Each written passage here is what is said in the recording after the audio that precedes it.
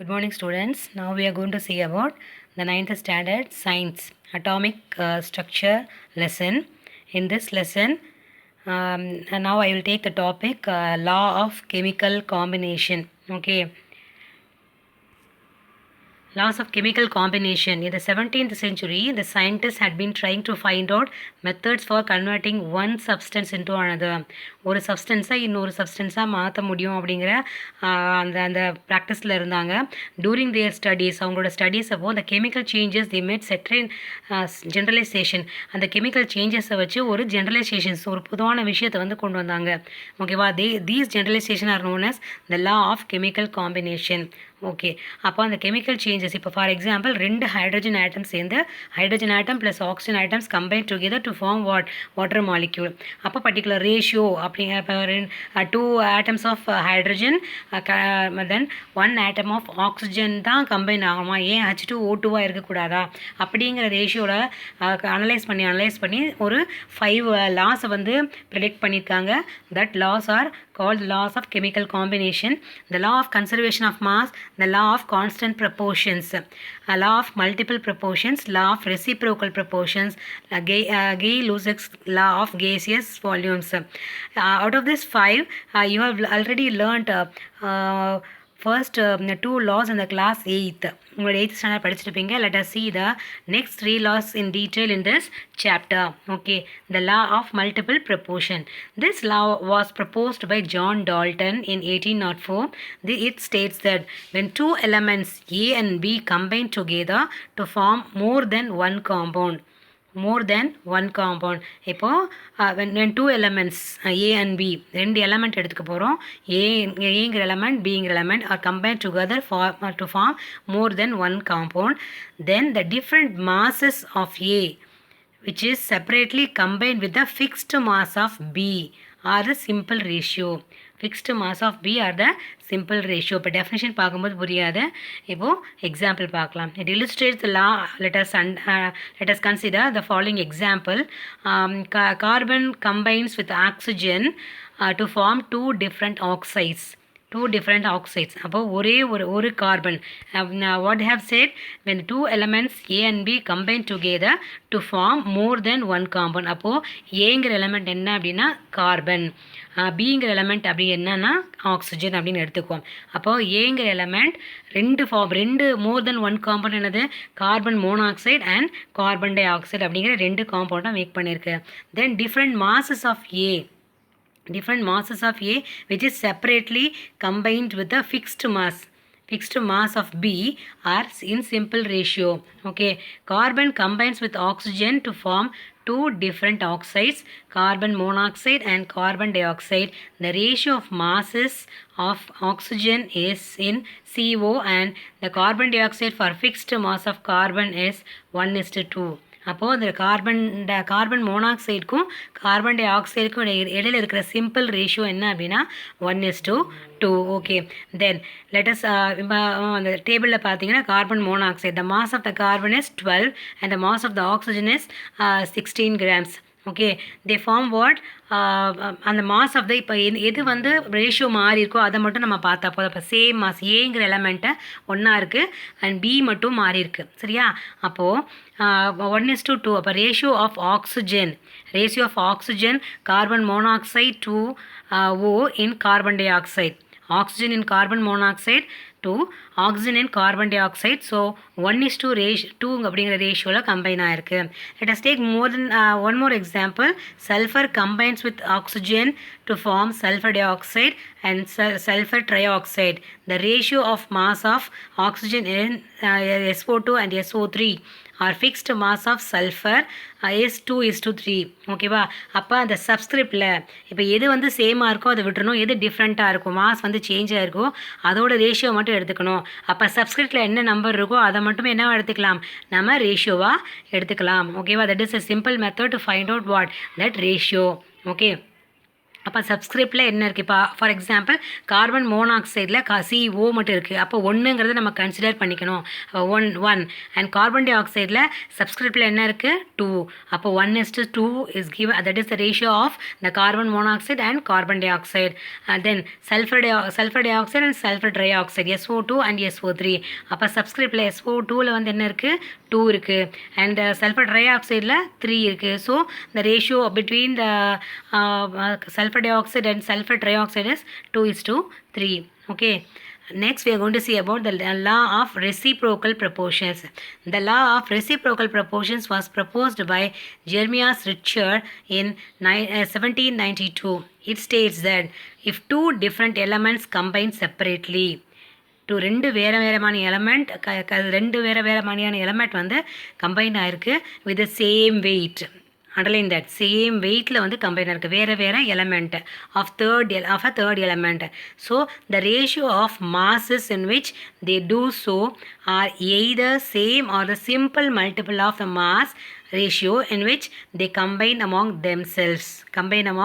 themselves. Okay. If again I'm reading, if two different elements combine separately, ரெண்டு வேறு element கம்பைண்டாக இருக்குது. இப்போ ஒரு சேமான அந்த ஃபஸ்ட் இருக்க எலமெண்ட்டோட ரெண்டாவது எலமெண்ட் பிங்கிற எலமெண்ட் வந்து டிஃப்ரெண்ட் எலமெண்ட்டாக கம்பைன் ஆகிருக்கு of the same weight, but ஆனால் சேம் வெயிட்டில் of the third element, the ratio of masses in which they do so are either same or a simple multiple of the mass ratio in which they combine among themselves. Consider the three elements of hydrogen, oxygen and water. Hydrogen எடுத்துக்குவோம், oxygen எடுத்துக்குவோம் and water எடுத்துக்குவோம். Here the hydrogen and oxygen combine separately with the same weight. ஹைட்ரஜனும் ஆக்சிஜனும் வேறு same வெயிட்டில் combine ஆகிருக்கு. ஓகேவா? அப்போ H2O ரெண்டு ஹைட்ரஜன் ஆட்டம்ஸ் அண்ட் ஒரு oxygen atoms combine together to form water molecule, water. Okay. Then separately weight of carbon to form methane. அப்போ ஹைட்ரஜன் கார்பன் கூட சேர்ந்து என்ன ஃபார்ம் ஆகிருக்கு? மீத்தேன், CH4 மீத்தேன் ஃபார்ம் ஆகிருக்கு. அண்ட் கார்பன் டை ஆக்சைடு, அப்போ அந்த கார்பனும் ஆக்சைடும் சேர்ந்து கார்பன் டை ஆக்சைடு வந்து ஃபார்ம் ஆகிருக்கு. தென் காம்பவுண்ட்ஸ், இப்போ CH4 CO2 எடுத்துக்குவோம். அப்போ அதில் வந்து கம்பைனிங் எலமெண்ட்ஸ் மட்டும் பார்த்துக்குவோம். அப்போ கம்பைனிங் எலமெண்ட்ஸில் C வந்து காமனாக இருக்குது. தென் ஹைட்ரஜன் அண்ட் ஆக்சிஜன் மட்டும் வேரி ஆகுது. ஓகேவா? But weight is same. அப்போ ஹைட்ரஜனோட மாஸ் ரேஷியோ என்ன? ஹைட்ரஜனோட மாஸ் ரேஷியோ 4. அப்போ 4 ஹைட்ரஜன் ஆட்டம்ஸ் இருக்குது. அப்போ ஹைட்ரஜனோட அட்டாமிக் நம்பர் 1. ஸோ 4 × 1 4. அப்போ ஆக்சிஜனுக்கு வந்து அட்டாமிக் நம்பர் 16. ஸோ 2 ஆட்டம்ஸ் இருக்குது. 2 ஆட்டம்ஸ் இருக்குது. ஸோ 2 ஆட்டம் 2 × 16 32. ஓகேவா?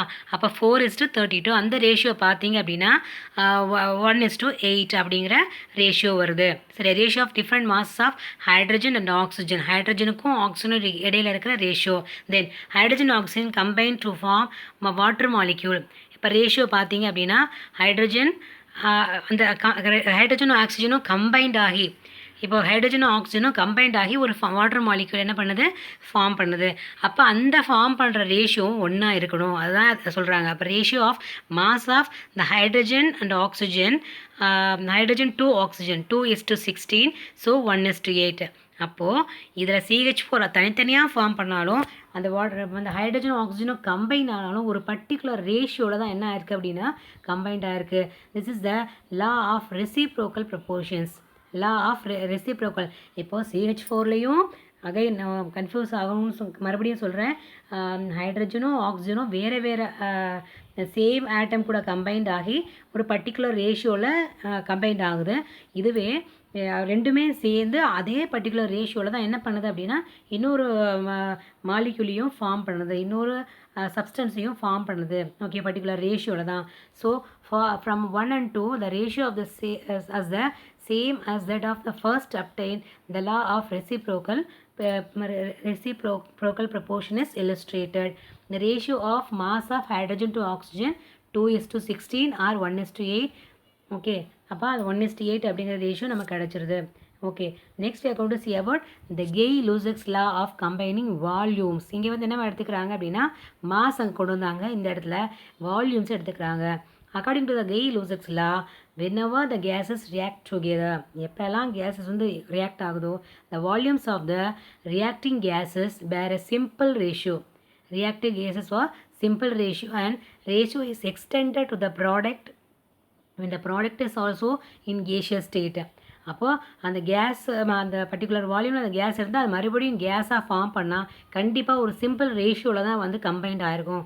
Provided all the volumes are measured under the similar conditions of temperature and pressure. அப்போ எல்லா வால்யூம்ஸையும் எந்த இதில் மெஷர் பண்ணணும் அப்படின்னா ஒரே டெம்பரேச்சர் அண்ட் ப்ரெஷர் கண்டிஷனில் தான் மெஷர் பண்ணால் தான் அது வந்து சரியாக வரும். அப்போ Gay-Lussac's law இதை தான் சொல்லுது. Again I'm reading. According to the Gay-Lussac's law, whenever the gases react together, எப்பெல்லாம் கேஸ் ரியாக்ட் ஆகுதோ, the volumes of the reacting gases bear a simple ratio. Volumes of the reacting gases. அப்போ gases react ஆகும்பொழுது ஒரு simple ரேஷியோவில் மட்டும்தான் react ஆகும். The ratio is extended to the product when the product is also gaseous state. அப்போ அந்த ரெண்டு கேஸும் கம்பைன்ட் ஆகும்போது அந்த ப்ராடக்ட்டும் என்னவாக இருக்கும், கேஸாக இருக்கும். கேஸஸ் டெஸ்ட்டில் இருந்துச்சு அப்படின்னா அப்போ அந்த வால்யூம் வந்து சேமாக இருக்கும். அப்படிங்கிறது சிம்பிள் ரேஷியோவில் தான் வால்யூம் வந்து சேமாக இருக்கும். So provided all the volumes are measured under the similar conditions of temperature and pressure. This law may be illustrated in the following example. It has been experimentally observed that 2 volumes of hydrogen reacts with 1 volume of oxygen. 2 volumes of hydrogen 2 atoms and oxygen 1 atom form water molecule form பண்ணுது. The ratio of the volume which gas bears is 2:1:2, which is a simple whole number ratio. The volume of hydrogen is volume of hydrogen and volume of chlorine and 2 volume of hydrogen chloride. 2 volume of hydrogen chloride. Okay va. About 2 volume of hydrogen. Next, this is the way they combine which is each other. அப்போ கீழே கொடுத்த ஃபிகரில் the 1 volume of hydrogen react with 1 volume of chlorine. It give the 2 volumes of hydrogen chloride. 2 volume of hydrogen chloride இருக்குது. ஓகேவா. அப்போ அந்த 2 volume என்ன ஆயிருக்கு, combined ஆயிருக்கு. ஓகேவா. Then this is the Gay-Lussac's law. Activity is nitrogen combines with the hydrogen to form ammonia. Illustrate the Gay-Lussac's law using this example. Okay, all of you try it. I'll tell you in the next class. Okay, the quantum numbers. Next we are going to see about the quantum numbers. This is a basic one which you have studied in your higher standard. This is a basic idea which is basic idea வந்து உங்களுக்கு சொல்ல வராங்க. when you specify the location of a building, you usually list அதாவது ஒரு பில்டிங்கோட லொக்கேஷனை நீங்கள் சொல்லணும் அப்படின்னா நீங்கள் அந்த ஏரியா ஃபஸ்ட்டு அந்த ஊர் என்ன சொல்வீங்க, எந்த ஸ்டேட்டில் இருக்குதுன்னு சொல்வீங்க, எந்த ஊரில் இருக்குதுன்னு சொல்வீங்க, அந்த ஊரில் என்ன ஏரியா, அந்த ஏரியாவில் என்ன ஸ்ட்ரீட்டில் இருக்குங்க அப்படிங்கிற விஷயத்த நீங்கள் டீட்டெயிலாக சொல்லுவீங்க. அப்போ 4 விஷயத்த சொல்லி தான் அந்த பில்டிங் என்ன பண்ண முடியும், ஐடென்டிஃபை பண்ண முடியும். ஜஸ்ட் லைக் அதே மாதிரி தான் ஒரு ஆட்டம், ஒரு ப்ராப்பர்ட்டி ஆஃப் எலக்ட்ரானையோ எப்படி சொல்லலாம், அந்த ப்ராப்பர்ட்டிஸ் ஆஃப் எலக்ட்ரான் எப்படி சொல்ல முடியும் அப்படின்னா we have 4 ways to defining the properties of an electron. That is 4 quantum numbers. That is the numbers which designate or distinguish various atomic orbitals and electrons present in an atom are called quantum numbers. 4 types of quantum numbers as follows. Okay, 4 types of quantum numbers. One is principal quantum number, another one is azimuthal quantum number, another one is magnetic quantum number, then spin quantum number NLMS, main energy level, subshell or shape or orbital, and orientation of the orbital. M orientation of the orbital, then spin of the electron. அதை base பண்ணி இது கொடுத்துருக்காங்க. Okay, this is a basic one. Quantum நம்பர்னால் இதுதான். ஓகேவா. You will learn more details about in this higher class. அப்போ quantum நம்பர்னால் என்னென்னு தெரிஞ்சுக்கோ.